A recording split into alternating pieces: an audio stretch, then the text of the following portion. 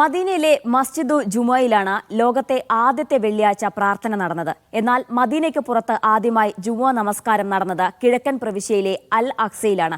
ഇവിടെയുള്ള ജവാസ മസ്ജിദിന്റെ വിശേഷങ്ങൾ കാണാം. പ്രവാചകന്റെ കാലഘട്ടത്തിൽ സൗദിയിലെ അൽ അഖ്സ ഉൾപ്പെടുന്ന പ്രദേശം ബഹ്റൈൻ പ്രദേശത്തിന് കീഴിലായിരുന്നു. അൽഹത്ത് എന്നാണ് അക്കാലത്ത് ബഹ്റൈൻ പ്രദേശം അറിയപ്പെട്ടിരുന്നത്.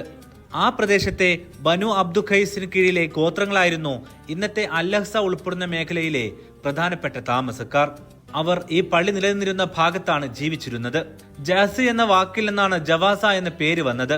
അങ്ങനെയാണ് പിൽക്കാലത്ത് ഇവിടെ സ്ഥാപിച്ച പള്ളിക്ക് ജവാസ മസ്ജിദ് എന്ന പേരും വന്നത്. പണ്ട് കോട്ടയും പുരാതന താമസ കേന്ദ്രങ്ങളും ഉൾപ്പെടുന്നതായിരുന്നു ഈ പ്രദേശം. മദീനയിൽ പ്രവാചകനെ സന്ദർശിച്ചു മടങ്ങിയെത്തിയ സംഘമാണ് ഇവിടെ ജുമാ നമസ്കാരം നടത്തിയത്.